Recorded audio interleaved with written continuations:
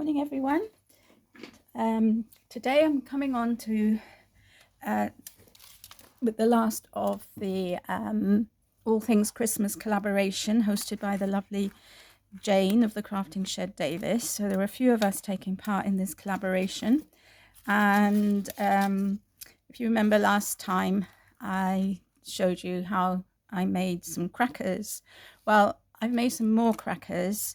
And these are much smaller. They don't have the hat in, they don't have the snap in, and these are more like a table decoration, which I filled them with some sweet surprises.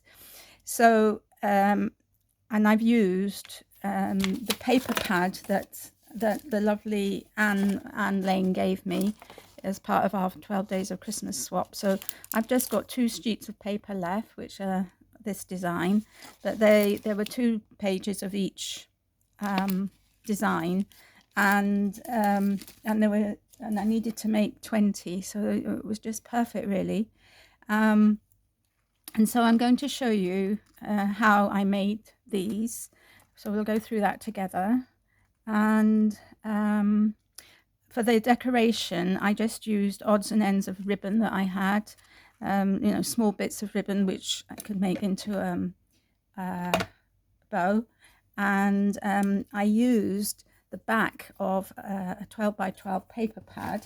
Now, I don't have the actual pad, but it had something like this on the back, but much smaller. So I made these little tags out of it. So I just cut them out, rounded the corners and cut a slanty bit at the top, and then I decorated them with bits and pieces from that I had around. So these, for example, are cut out of this one, actually, the front cover of this particular paper pad. And this was from Naughty But Nice, which I used for the crackers, the first lot of crackers. This was from the front of the paper pad where I got the little tags from. This was from some Santa spectacles that somebody had given me last year. So yeah, so different things. So anyway, so I'm going to show you how I made these. And so we'll just get started. So I have already scored my paper, so I just used 6 by 6 paper, so absolutely perfect.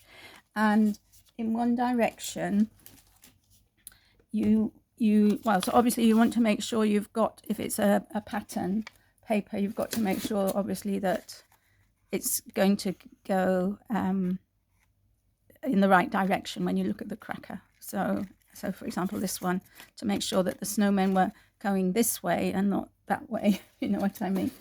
So anyway, but this is a multi-directional, so there's no problem with this. So on one side, so this is the side where the cracker is going to be lengthwise. So you want to score at 1, 1.5 and 2, and then I just turn it around and do it again at 1, 1.5 and 2. So you can actually make these longer if you want, you can make them smaller, just depends. And then on the other side you want to score at 1 3/8, 2 3/4, 4 1/8 and 5.5, and that gives us these lines here. So I think you can probably see that then you want to score and burnish them. So the ones which are 1, 1.5 and 2, you want to turn it with the right side up. You want to turn it on itself, then you want to turn it under and then back on itself, so you get something like that. So you have on the inside you have this mountain. Okay, so I've done that on both sides, and then on this side you want to fold it at actually the easiest way I found of doing this was to fold over the 5/8 of an inch that you have at the top, right, and then fold it in half, fold the thing, because the score marks for me were a bit difficult to see. So fold it in half and then open it out and fold that into the middle and fold that into the middle. And with that, you get the score marks perfectly assembled. Now I used my envelope punch board for the next stage, but you can actually do it just with a pair of scissors. But for me, this was easier. So you want to line up this middle line, so the mountain part of that, you want to line that up with the middle of this notch producing effect. And actually with the measurements that I've got, this comes to 4.5 on this side. So you want to punch it and then move it along and punch it, so again in the middle, so it comes to 1.5 here. Okay, so you want to do that all the way along. So for this side it's 1.5, and then this side it's 4.5. I actually just went by the groove in the paper, but you know, you can measure it yourself. So if you haven't got an envelope punch board, let's just see what we can do. So you can find that middle groove here and just cut out. You could just cut out a little triangle like that, for example. So it's quite easy, you know, you don't need the envelope punch board really. And I'm just going to punch out the rest of these.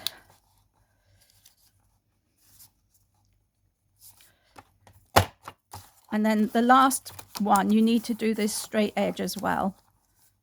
So I think this has got full.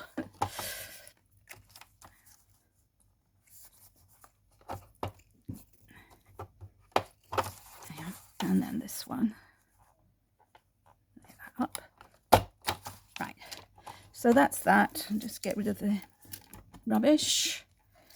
And then the rest is very easy. So what I did was I actually used this tape runner. Again, a little gift from the 12 Days of Advent swap from Anne. And then having this bit folded in, I just put a bit of glue. Oops, not quite sure which way around this goes. There we go. On each of these flaps. There, and folded it, then just folded it in half. Okay, and stuck it down. So there we have the basic cracker shape, and because we folded it and burnished it really well, there we are. You can just pop it in and out at will and make your cracker shape. So now I'm going to fill it. So what I put in was some of the Galaxy chocolate that Anne so kindly sent me. So I just divided up the bar, and Toblerone. Okay, so that's what I put inside. You can put whatever you like inside. It's up to you. And there's no need to put any ribbon or anything, because actually it stays together quite well, right? And then here is the tag that I've made to put on the front. So this time I've used a bow and one of this beautiful glittered snowflake that I was gifted. That I had. I thought that would come in well. And you can see I've used the back of the packaging by this. So I'm just going to just need a glue stick to help this along. Just going to put some glue on the back of here and stick it on,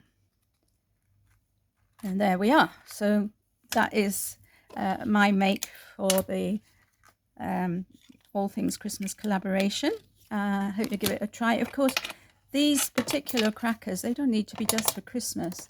You know, you can make them at any time of the year. For Easter, put Easter egg inside, all sorts of things. And people put wax melts inside, or little votive candles. lots of things. So of course, and then you can size it up or size it down as you wish. The important thing is that these bits are all the same width, and that obviously, and that this bit is big enough, obviously, to hold what you want. So there we are. So thank you all for watching. I hope you all had a wonderful Christmas, and I wish you all a very happy and blessed new year, and look forward to a whole new year of crafting with everybody. So take care, have a lovely day, and I'll see you all soon. Bye for now.